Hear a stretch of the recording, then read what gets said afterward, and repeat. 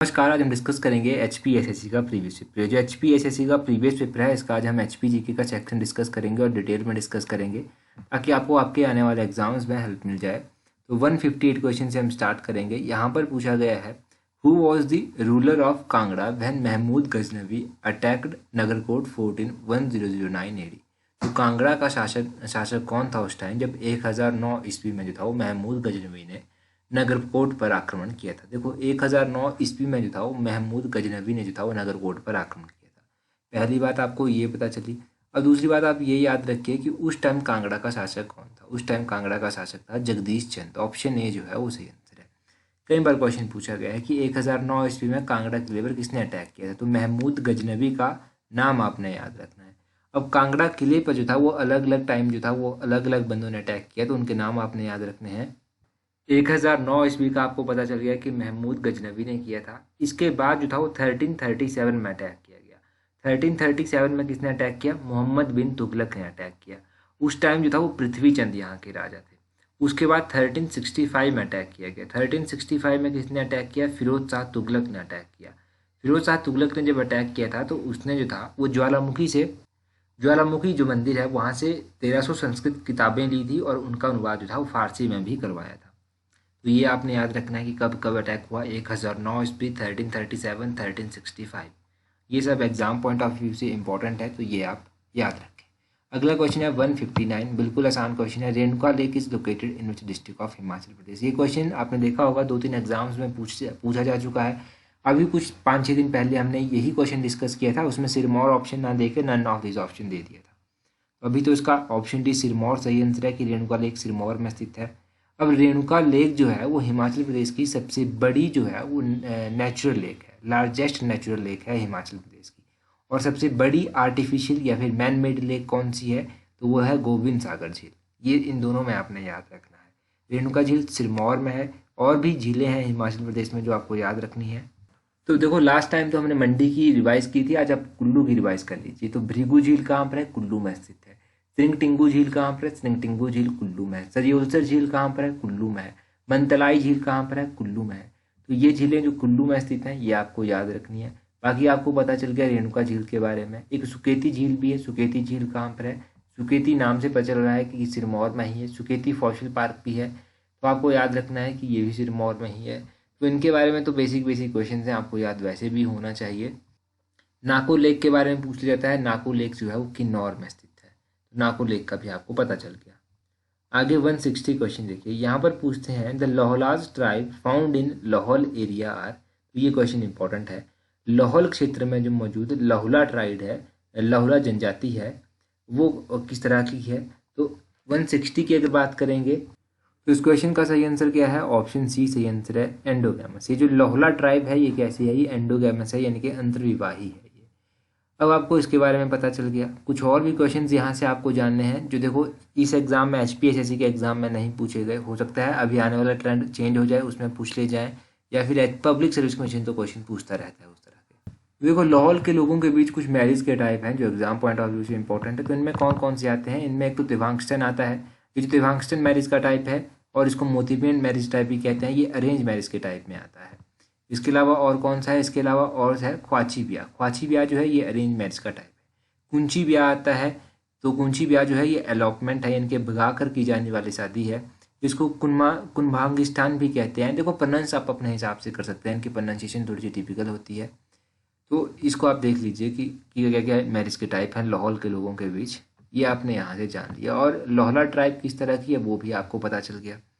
तो अगला क्वेश्चन देखते हैं। अगले क्वेश्चन में क्या पूछते हैं? यहाँ पर पूछते हैं the largest fish breeding farm of Asia has been set up in district Bilaspur at place called. देखो हिमाचल प्रदेश में बिलासपुर जिले में जो है वो एशिया का सबसे बड़ा मत्स्य प्रजनन फार्म जो है वो बनाया गया है। अभी जो सबसे बड़ा मत्स्य प्रजनन फार्म है ना, ये कहाँ पर बनाया गया है? इस स्थान का नाम पूछा गया है, तो ये देवली में बनाया गया है। ऑप्शन सी सही आंसर है। अब देखो वैसे तो ये जनरली यही क्वेश्चन एग्जाम में पूछा जाता है, परंतु लास्ट टाइम जब सेक्रेटरीट क्लरिकल का एग्जाम हुआ था उसमें उन्होंने क्या पूछ लिया? उसमें उन्होंने पूछ लिया ये जो देवली फिश फार्म है एशिया का सबसे बड़ा फिश फार्म, ये कौन सी खड्ड के किनारे स्थित है? तो ये अड़ी खड्ड के किनारे स्थित है। अड़ी खड्ड का नाम याद रखिएगा। अड़ी खड्ड जो है वो सतलुज की सहायक नदी है, ये आगे चलकर सतलुज में मिल जाती है। तो एग्ज़ाम का पैटर्न जो है वो किसी ना किसी तरह से तो चेंज करना होता है एग्जामिनर को, तो वो इस तरह के क्वेश्चन जो है तब पूछने लग जाता है।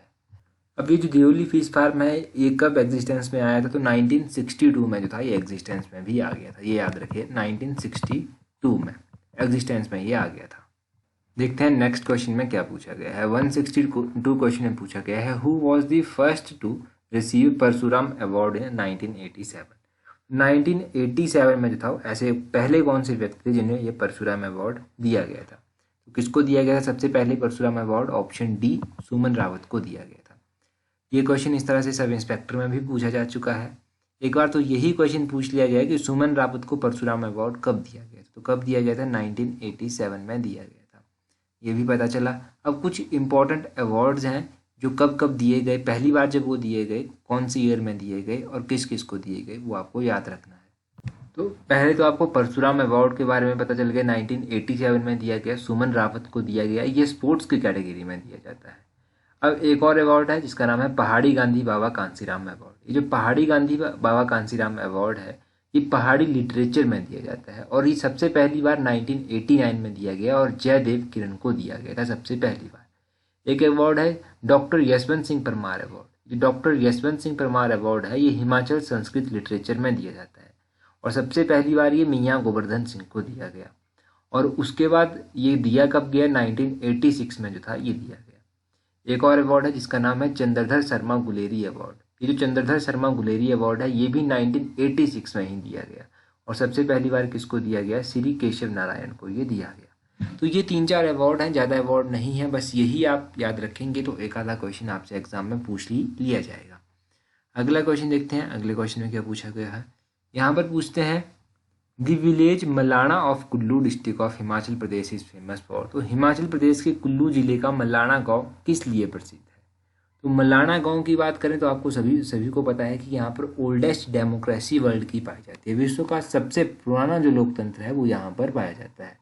163 का option D oldest democracy in the world जो है वो सही आंसर है, ये यहाँ पर पाई जाती है। कई बार सीधे तौर पर एग्जामिनर क्वेश्चन पूछ लेता है कि मलाना गाँव कहाँ पर है, मलाना गांव कुल्लू में है। कई बार जनरली क्वेश्चन पूछ लिया जाता है कि मलाना के लोग जो हैं वो किस देवता को मानते हैं, तो जमलू देवता को ये मानते हैं। जमलू देवता का नाम भी याद रखना है, इनकी पूजा वहाँ पर की जाती है। अगला क्वेश्चन देखते हैं, अगले क्वेश्चन में क्या पूछा गया है। यहाँ पर पूछा गया है in which district of Himachal Pradesh is the erstwhile state of Kunihar today. तो कुनिहार का जो पूर्ववर्ती राज्य है वर्तमान में जो है वो हिमाचल प्रदेश के किस जिले में पड़ता है। तो कुनिहार प्रिंसली स्टेट तो आपने सुना होगा। अब ये प्रेजेंट टाइम में कहाँ पर पड़ता है ये एग्जामिनर पूछता है, तो इसमें ये इसका सही आंसर होगा सोलन। सोलन में ये पड़ता है कुनिहार, ऑप्शन डी जो है वो सही आंसर होगा। कुनिहार प्रेजेंटली सोलन में पड़ता है। अगर आप कुनिहार रियासत की बात करेंगे तो इसके बारे में एक बार क्लैरिकल का पेपर हुआ था, उसमें क्वेश्चन पूछा गया कि इस रियासत की स्थापना किसने की थी, तो राजा अभोज देव ने इसकी स्थापना की थी। और अलाइड सर्विसेज में भी ये क्वेश्चन कई बार पूछा जा चुका है कि कुनिहार की रियासत की स्थापना किसने की थी। और कुनिहार रियासत की राजधानी तो कई बार HPSSC पूछ चुका है, तो कुनिहार रियासत की राजधानी जो था वो हाटकोटी में थी। हाटकोटी भी साथ में आपको याद रखना है। और इसके अंतिम शासक कौन थे ये भी HPSSC पूछ चुका है, तो राव हरदेव सिंह जो था वो कुनिहार रियासत के जो था वो अंतिम शासक थे। तो ये आपको कुनिहार रियासत के बारे में पता चल गया। प्रेजेंट टाइम में ये कहाँ पर पड़ती है ये आपको पता चला, तो बस ये सब आप यहाँ से याद रखिए। आगे देखिए क्वेश्चन में क्या पूछते हैं, the capital of Jubbal dominion was located at. तो जुब्बल अधिराज्य की राजधानी कहाँ स्थित है। अभी आपने क्या पढ़ा कि हाटकोटी कहाँ की राजधानी थी, हाटकोटी जो था राजधानी थी कुनिहार की, तो हाटकोटी तो यहाँ से कैंसिल हो जाएगा। हलोक कहाँ की राजधानी है, धामी की राजधानी है हलोक, ये भी कैंसिल हो गया। अब बजाते हैं आपके पास दो ऑप्शन। जुब्बल की राजधानी कहाँ पर थी ये आपको पता होना चाहिए कि जुब्बल की राजधानी जो था वो ही सोनपुर में, ऑप्शन सी इसका सही आंसर होगा। सोनपुर में जो था वो जुब्बल की राजधानी हुआ करती थी। यहाँ पर एक और ऑप्शन दी गया है जुनगा। जुनगा कहाँ की राजधानी थी, जुनगा क्योंथल रियासत की राजधानी हुआ करती थी। राजधानी है तो आपको 4 रियासतों की पता चल गई। अब बात करते हैं जुब्बल रियासत के बारे में। जुब्बल रियासत की स्थापना जो था वो करमचंद ने की थी, आपको ये पता चल गया। इसकी राजधानी जो था वो सोनपुर, कहीं जगह सोनपुर भी लिखा होता है, सोनपुर में थी। और राजा करमचंद ने जो था वो जुब्बल रियासत की राजधानी जो था वो सोनपुर में स्थापित की थी। अब इसके अंतिम शासक कौन थे वो भी आपको याद रखना है, तो इसके अंतिम जो शासक थे उनका नाम था दिग्विजय चंद। दिग्विजय चंद का नाम भी याद रखिए। जुब्बल के एक ऐसे राणा थे जिनको, एक ऐसे शासक थे जिनको राणा की उपाधि जो था वो ब्रिटिश सरकार ने दी थी। तो राणा पूर्णचंद थे, राणा पूर्णचंद का नाम याद रखिएगा, जिनको जो था वो अंग्रेजों के द्वारा जो था ये उपाधि दी गई थी, राणा की उपाधि। अगला 65 क्वेश्चन देखिए, यहाँ पर पूछते हैं the first governor general of India to visit Shimla was. तो भारत के पहले गवर्नर जनरल कौन थे जिन्होंने शिमला की यात्रा की थी? भारत के पहले ऐसे गवर्नर जनरल जिन्होंने शिमला की यात्रा की थी वो थे लॉर्ड एमहर्स्ट। ऑप्शन ए जो है वो सही आंसर होगा। शिमला के बारे में एक और क्वेश्चन पूछा जाता है कि लॉर्ड मेयो ने जो था वो शिमला कब विजिट किया था? तो लॉर्ड मेयो ने जो था वो 1871 में जो था वो शिमला विजिट किया था। तो ये सब याद रखें। 66 क्वेश्चन में पूछते हैं Pong dam is also known as. तो पोंग बांध को अन्य किस नाम से जाना जाता है? मैंने कई बार आपको बताया है कि पोंग डैम डिस्ट्रिक्ट कांगड़ा में पड़ता है और इसको जो है वो महाराणा प्रताप सागर डैम के नाम से भी जाना जाता है। तो महाराणा प्रताप सागर के नाम से भी इसको जाना जाता है।